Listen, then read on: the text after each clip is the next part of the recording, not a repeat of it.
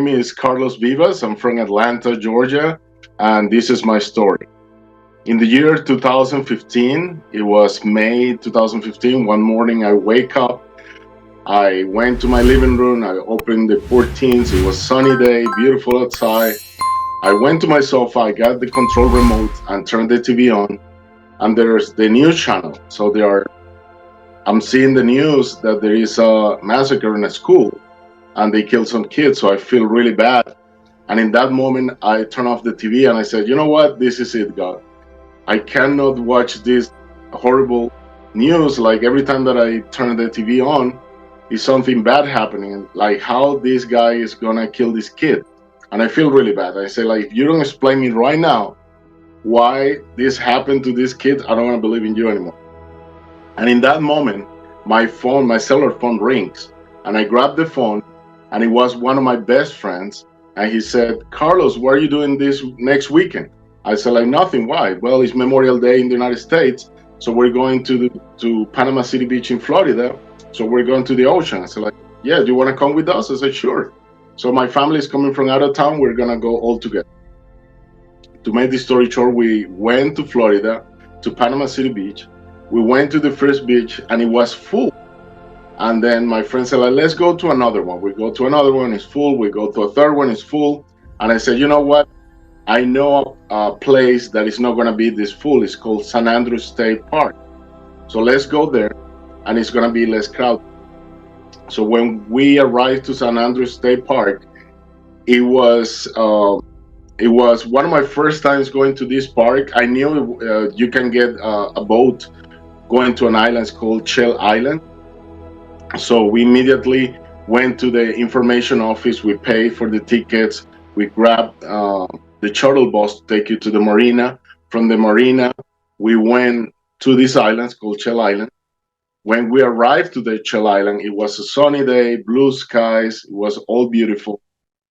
And then we get out of the boat, and it was the bayside. The bayside was full. So I told my friends, like, you know what? Let's go to the other side of the island because it's packed. I didn't know that it was so many people here.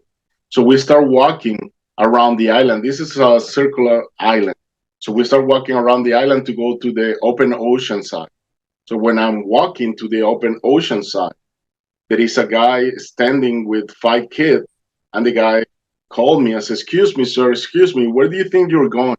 I said, I'm going to the other side. So like, why? So like, because this park is full of families and it's really busy.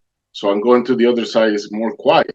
I said, well, you should stay here with the families because it's more safe than the other side is open ocean. I said, yeah, I know, sir, but don't worry, everything's going to be fine. I've been coming here for 10 years, so don't worry.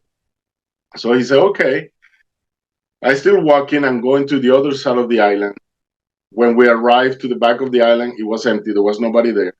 I open a tent, and I start putting everything together. When I open my tent to cover my group, as soon as I opened the tent, the wind started blowing so hard that the tent opened like a parachute. We're trying to put it down, but the wind was so intense. So after 45 minutes fighting with the tent, we finally find some rocks and put it in every corner, and the tent stands still there. So we stayed there from 9 a.m. till 4 p.m. We get food, we get music, we start talking all the way, and we have a really good time. Around 4 p.m., my friends said to me, Carlos, we're going to walk around the island. Do you want to come with us? I said, like, no, I stay here taking care of the tent and the stuff here. So they start walking away. I said, guys, you have 1 hour before the last boat leave. It was 4, the last boat leave around 5:30. I said, okay, we'll be back soon. So they left. I stayed there taking care of everything. And then 10 minutes later, it started getting hot. So I said, like, I'm just going to jump into the water. I'm going to swim a little bit. I'm not afraid of the water because I used to be on a swimming team when I was a child, so I know how to swim. So jump into the water, I was swimming, and out of the sudden, a riptide current grabbed me and pulled me all the way inside of the ocean. I didn't know what a riptide was. It was like a whirlpool under the water, pushing me all the way, and I was trying to fight it. And the number one thing that you cannot do with a riptide is try to fight a riptide. That you know. So I'm fighting with this riptide and take me far, far away from the island. So after, I don't know, 15, 20, 30 minutes, I am far away from the island. I push my face out of the water. And when I look to the island, it was super far. I was like, how in the world I'm here? So I need to swim back. So I start swimming back, swimming back, swimming back.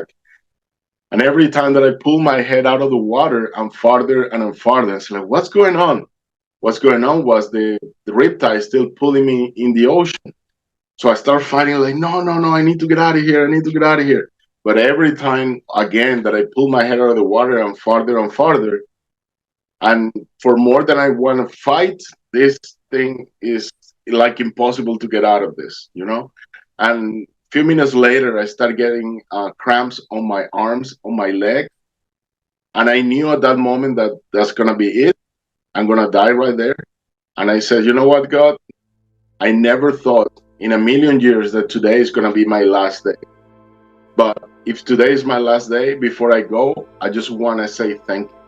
I want to say thank you to my mom, thank you for my dad, thank you for my brothers, thank you for my sisters, thank you for my friends, all my family and everybody that was in my life. And I'm sorry if I did something wrong.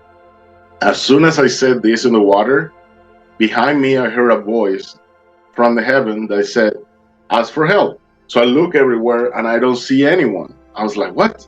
So I thought it was my imagination. And then I heard again, ask for help. And I was like, are you kidding me? There is somebody here. Help me. But I just heard the water and the wind. Like, come on, where are you at? Nothing. And then for the third time, I heard the voice again said, I told you to ask for help. And I was like, oh my God, there is no way I'm going to get out of here, but it's okay. I'm going to ask for help. So I start waving, help, help, help. At the end of the island, one of my friends, it was Enrique, he came out of the group because he felt something was wrong.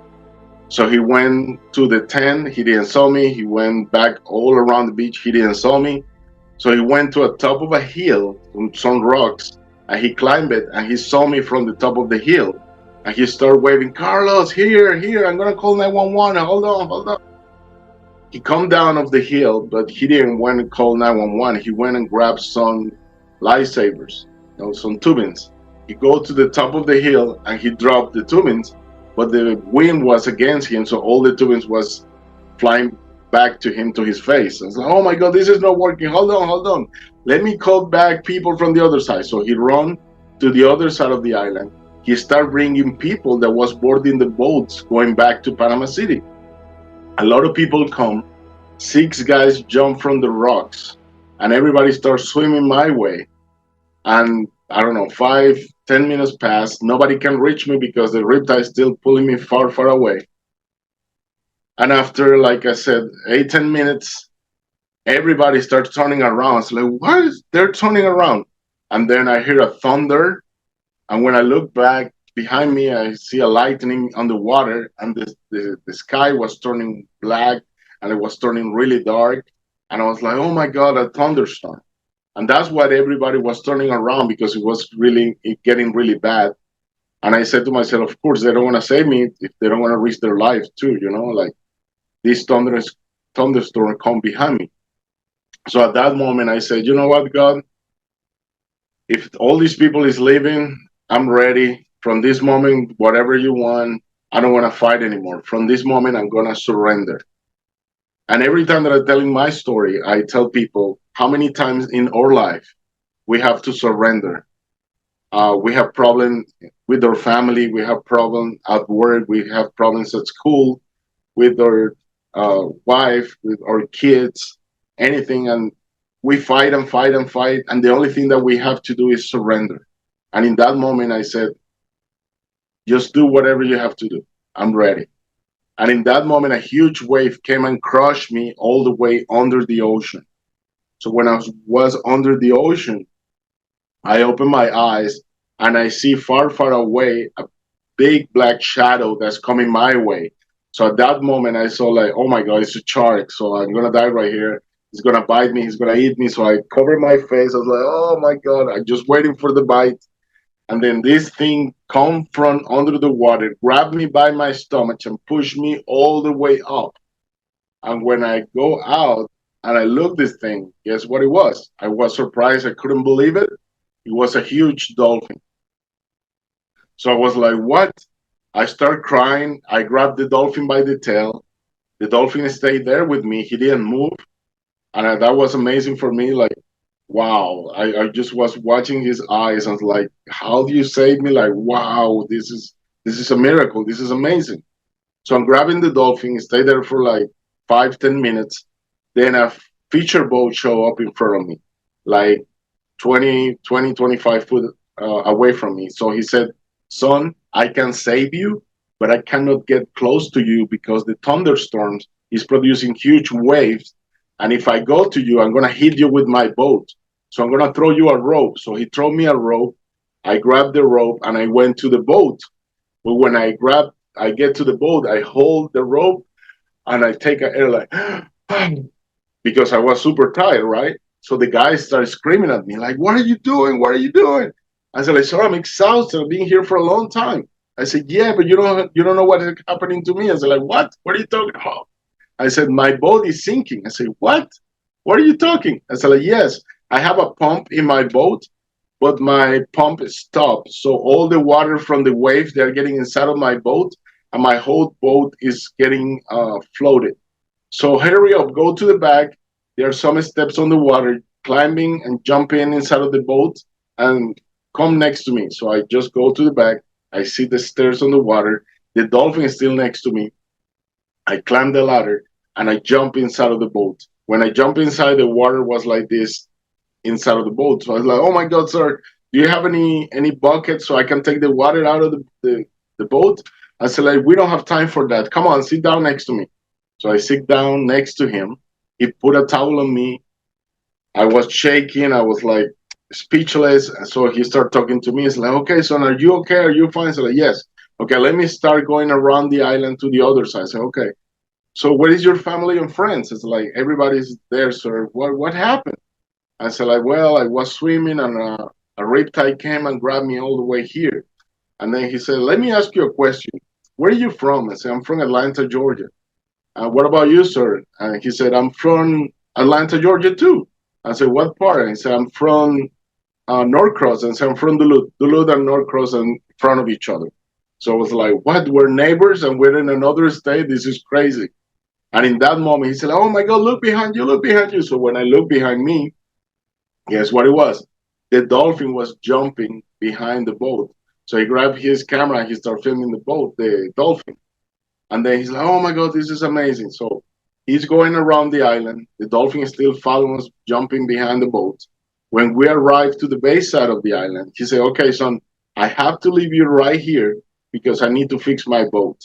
So if you want to see me again, every Memorial Day, I'm going to come here to Shell Island and you can see my boat. So, okay, sir, thank you so much. In that moment, I jump off the boat and I start walking and say, thank you, God bless you. I come down the boat. I start walking. The water was down. I start walking all the way to the shore. And when I'm walking, something in my back hit one of my legs. So when I look back, the dolphin was behind me. And I was like, what? Oh my God, I cannot believe this dolphin is still behind me, you know? And I start crying because it was really amazing that this was happening to me. As soon as I get to the shore, there was nobody there because everybody ran to the other side of the island. So it started like kind of raining and thundering. And in that moment, I go on my knees and I said, you know what, God? Thank you for saving me, but I'm going to tell you something. From this moment, Carlos died into the ocean. The person who's coming out of the water is going to be you. You save me with this dolphin right here is because you have a purpose for my life. From this moment, this is not my life anymore. This is your life. From this moment, I want you to come over and whatever you have to do it through me. If you need to talk through me. It's not my life. So thank you for saving me, but it's all on you. And in that moment, started thundering and lightning, and I took that as a yes.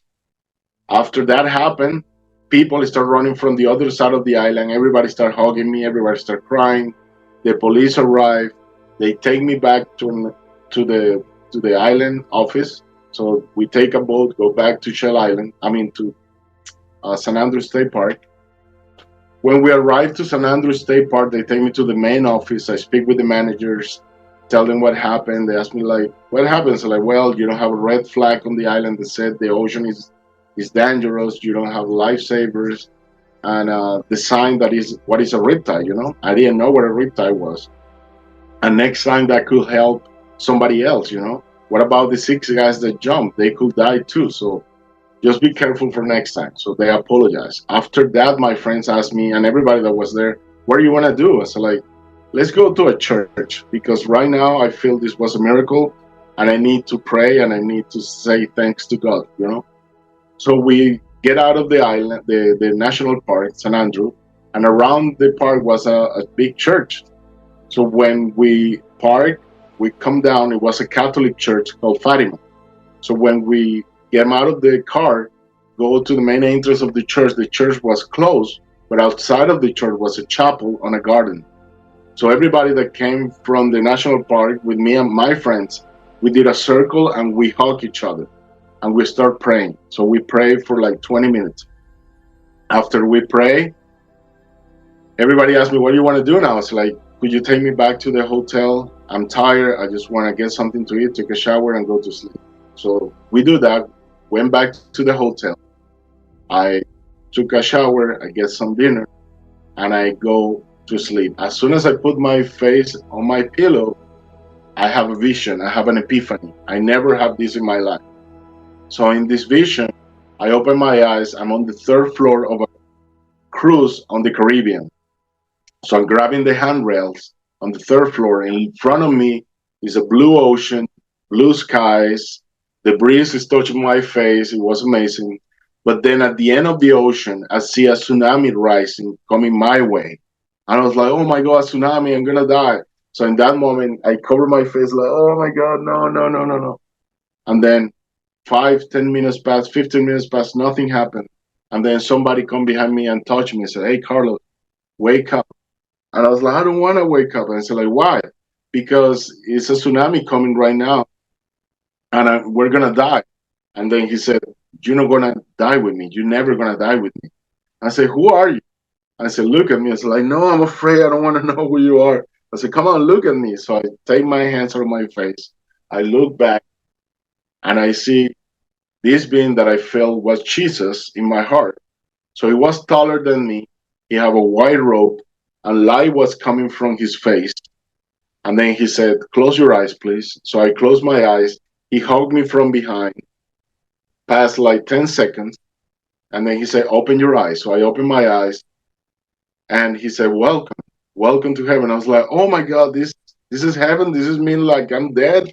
Like, "No, no, no, no. I need to go back. I have a lot to do." And I look back like, "You Jesus, like Jesus, please take me back." I said, "Carlos, calm down. You're not dead right now. But you make a promise to me. Now you need to fulfill that promise, you know? And welcome to heaven. From this moment, you're going to start walking with me and walking with all of them." And when he said all of them, millions of people show up in front of me dressed in white robes.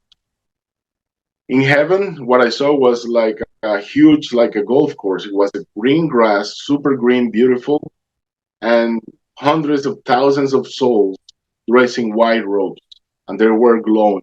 So it was beautiful. And I was like, wow. So he asked me, "Okay, Carlos, do you have any questions?" I said, like, "Yes." "So what's your question?" I said, like, "Where all these people come from?" I said, "They're coming from all over the world." "I have another question." I said, like, "Yes. What is the true religion? You know, I see people fighting like, this is my true religion. No, this is my religion. This is the best." And there are hundreds of religions. So what is the real? I said, "Well, when you come to heaven, there is no religion. When you come to heaven, the only thing that you're going to find here is the love of God. The love of God is going to unite the whole humanity again in one. And love is the most powerful force in the universe. And that's what you need to." And then he said, he put his arm next to me, around me, and said, "Okay, let's do a live review." On my live review, he showed you your life like a Macintosh, like all the images start going around you, and you can see your whole life pass in front of you, and you can see all the things that you did, that you may, how you may feel people, and how people feel about you, all your good acts and all your what not so good that you did, is just to show you if it was worth it for you to come to Earth. So after we did this live review, he said, okay, Carlos, now I want you to go back and tell people what you saw here. Okay, Jesus, I will do that. So next morning I wake up and say, like, what a weird dream, you know? I tell everybody my story. On that Sunday, we go back to Atlanta. On Monday, I go back to work. I've been working in my office for almost 20 years. And I get to my office, I'm a manager, quality assurance manager, and with another managers and tell this story. And then everybody said, like, yeah, right, a dolphin saved you. And I say, well, guys, it's okay. You guys don't believe me. Don't worry. And then behind me, I heard somebody that say, I believe you. And I look back, it was my boss. I said, why you believe me and they don't believe me? I said, like, well, all of them, they're atheists. I'm a Christian. Number two, I want you to grab your computer and type what is the meaning of what is the meaning of the dolphins? I said, like, the dolphin. I said, like, what do you mean? It's like, what is the meaning of the dolphin for Christians? I said, okay, so I type on Google, what is the meaning of dolphin for Christian? And guess what? The dolphin represents Jesus. The dolphin represents the hope of eternal life. And I was like, what? Like, I never knew that, you know? Now he said, now Google how many people die in the United States every year by riptides. So I Google it. More than 100 people die every year by riptide. It's a silent killer. Then he said, now type how many dolphins get killed around the world every year. More than 100,000 dolphins get killed around the world. I was like, wow. I said, like, yes. So you got a miracle right there. So that happened on Monday. On Wednesday, my boss sent me to a customer house. I do quality assurance, so I go and replace stuff that is broken. So I go to this house. It's a 1970 house. I knock on the door. This beautiful lady opened the door. Said, Carlos, I'm cooking right now, but could you do me a favor? Could you go to the basement and you have to walk 4 rooms to go to the last room? At the end, you will see a gold lamp that one of your employees broke. So I need you to replace that. I said, sure. So I go down the stairs, turn the lights, go to the last room. As soon as I turn the last light for the last room, I see the lamp in the corner, but next to the lamp, there was a huge painting on the wall. Guess what it was? It was the same image that I saw in heaven. So it was Jesus in the middle, hundreds of thousands of people in the background, and at the bottom of Jesus was a dolphin. And I was like, what? So this was very, very overwhelming for me. And I started crying because I said, like, oh my God, so what I saw, it wasn't a dream. So this is real. Like, God, this is too much for me. Like, wow. So I started crying, and the customer listened to me and said, Carlos, what's going on? So she come downstairs, are you okay? Do you fell or something? So like, no, man. Like 3 days ago, I was there in this painting, and now you have it right here in your basement. Could you tell me, where do you get this from? And she said, well, 3 years ago, a friend of my family brought a canvas to my house, and he started doing this painting, and this was a gift for my family. So she turned more light so for me to watch the painting, and I stay there just watching and admiring this painting. And I was like, wow. So that was a sign for me that what I lived, it wasn't a dream. The next day, on Thursday, I called my best friend, told this story, and he said, Carlos, you need to come to my house. We need to go to church. You need to tell this testimony to people. If this happened to you, it's because you need to tell people what's going on. And I was like, you crazy? I will never tell this story to anybody. I mean, who's going to believe me that a dolphin saved me, you know? And you know how many haters are out there? You know, like, oh, no. I don't want to see all these people. No. And they're like, come on, Carlos, you need to save these people. You need to tell this story. And after an hour, he convinced me. And I said, okay, on Sunday, I go to your house. So Sunday came. I traveled from my house to his house is 1 hour driving. So when I arrived to his house, his wife makes some breakfast. We eat some breakfast. And after that, I said, okay, what church you want to go? And he said, whatever church you want. I said, like, well, Jesus told me that it doesn't matter. It's all love, you know? So I said, okay, let's Google a church. So we found a church next to his house. It's called St. Michael the Archangel. Right to the church. and the parking lot was packed, was full of cars. We parked, and next to me was a lady, and I asked the lady, "Excuse me, ma'am, what's going on here today?" And she said, "Well, this used to be a little church, but now today we're inaugurating this huge church. It's like a cathedral. So you guys came to the inauguration, came on time." I said, "Okay, well." It was people like dancing and music, and it was beautiful. So we see the whole entrance of the church, and we see all the inauguration. And at the end, I go and speak with the priest, with my friends. I say, "Okay, you can go to the stage and tell your story." So I go to the stage with my microphone. I start telling my testimony. And when I'm half of the way on my testimony, a 17 years old girl raised her hand and said, "Excuse me, excuse me." I said, "Yes, I want to ask you a question." I said, "Sure. How Jesus was with you?" I said, "He was behind me." "What he was dressing?" "He was dressing a white robe." "What he was doing?" "He was hugging me from behind." "Why?" "Why do you ask that question?" I said, "Well, because I have to show you something that I brought today that's going to reconfirm your story." I said, "What are you talking about?" I never see this girl, like I never been to church neither. So it's like, "What are you talking about?" So she was very skinny, white girl. She had very black long hair. So she put the hair on the side, she put the hair in front of her, and she turned around. As soon as she turned around, she had a printing on the back of the church with an image of Jesus hugging a guy. And this is the printing right here. Everybody at church started asking, like, "Oh my God, how do you get that?" I'm like, "You guys know each other. You guys plan on this." I'm like, "No, I don't know her. This is the first time that I come to this church." So after the service ended and I told my whole story, I went back home and I went to my computer and I Googled this image, Jesus hugging a guy.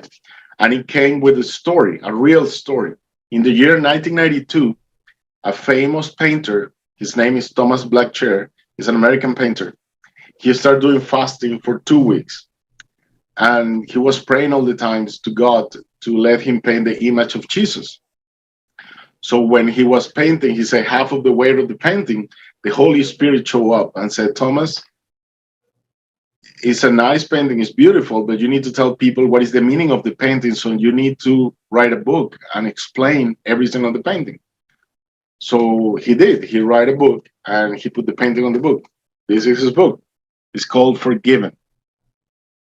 And on the book, he put every part of the painting, like the love that Jesus had for us. The darkness in the background is the darkness that we all have. The light, the halo, is the illumination that we all have.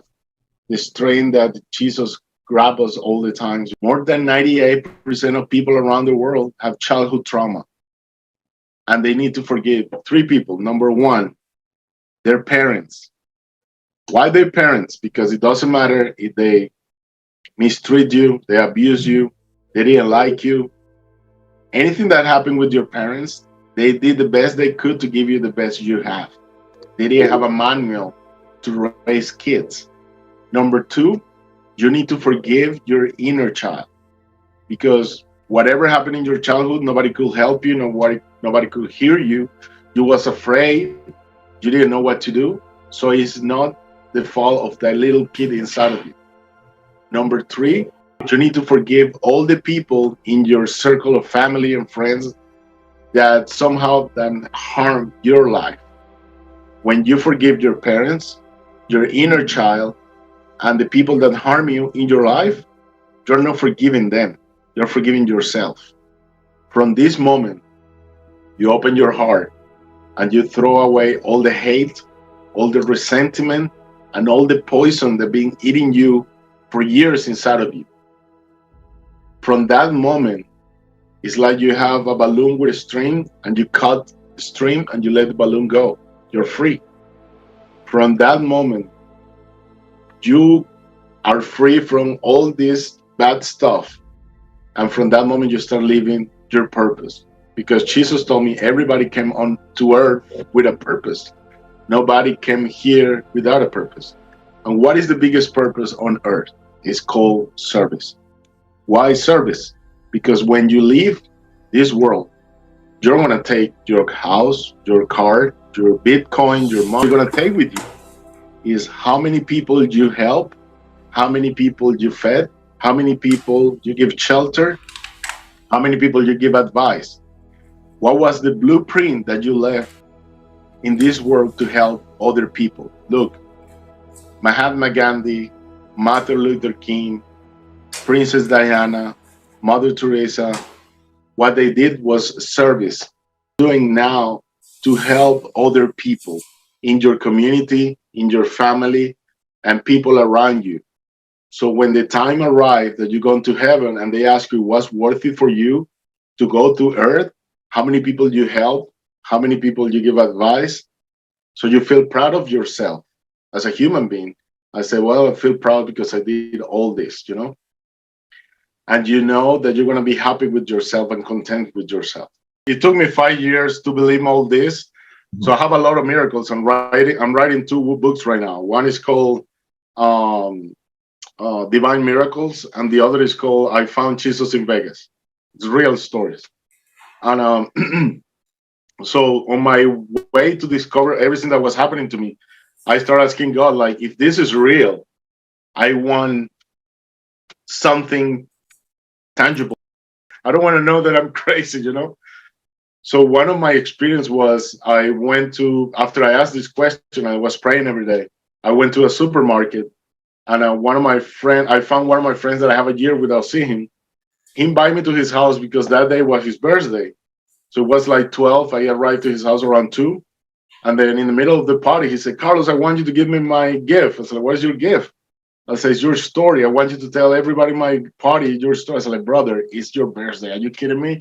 You're going to put me to tell my story here? I said, yeah, I want it. Anyways, I started telling my story. He put everybody in a circle. I was in the middle. And when I finished, there was a guy that he was crying with his wife. So I go to the end of a hallway and I ask him, like, excuse me, sir, I'm sorry. I didn't want you to cry for the story. I just was sharing the story. And he said, you know what? You don't know who I am. I'm one of the directors of a spiritual retreat here in Atlanta. It's called MIUs. And I want you to go to that spiritual retreat. I said, like, sir, I don't have time. I don't have money. I said, like, please, I beg you. You need to tell this story there. Made the story short. He invited me. I go to this spiritual retreat. I never been on a spiritual retreat before. A miracle happened there. The last day, the day before it ends, a priest come and he said, I want everybody, we were 50 men, to grab a Bible and put your hands on the top of the Bible and ask a question to God. And I said, okay, God. I grabbed the Bible. I said, I just want to ask you one question. If all this is real, I need a tangible proof, okay? So please just show me something that I know that I'm the right way, And guess what? The next day, they take us to a big room. It was how do you call that? Big room where they do the weddings. Well, we get into this big room. There are 50 chairs. The priest said, okay, everybody can grab any chair you want. You sit down wherever you want. Everybody grab one chair. On the top of the chair, there is a manila envelope. Put the manila envelope on your legs. Now I'm going to count till 30. And you're going to start passing the manila envelope through the whole room. So everybody start passing the manila envelope. I said, stop. Now just put the manila envelope back on your legs. I just want to let you know, you enter on your own to that room. You grab your own chair. And you switch that envelope with 50 men all over the room. So what is inside of that envelope is the answer that you asked for. I was like, okay. So I was like, this guy's crazy, whatever. And then he said, now open the envelope and your answer is inside. Do you remember my question? So this is what's inside of the envelope. So some kids from school did a drowning. And this is what it was. A book, a Jesus coming out of the book, and people from all over the world grabbing the book. And I was like, wow. And that's how I came with my book, Help from Heaven. Miracles happen when you believe. Because I didn't want to write the book. And I hear all the time, you need to write the book. I was like, I don't want to write a book. But this one right here was one of the tangible things that Jesus was coming through the book. The Holy Spirit is right there, right here. You see? Oh, in Amazon, Barnes and Noble, Book of Millions, Walmart.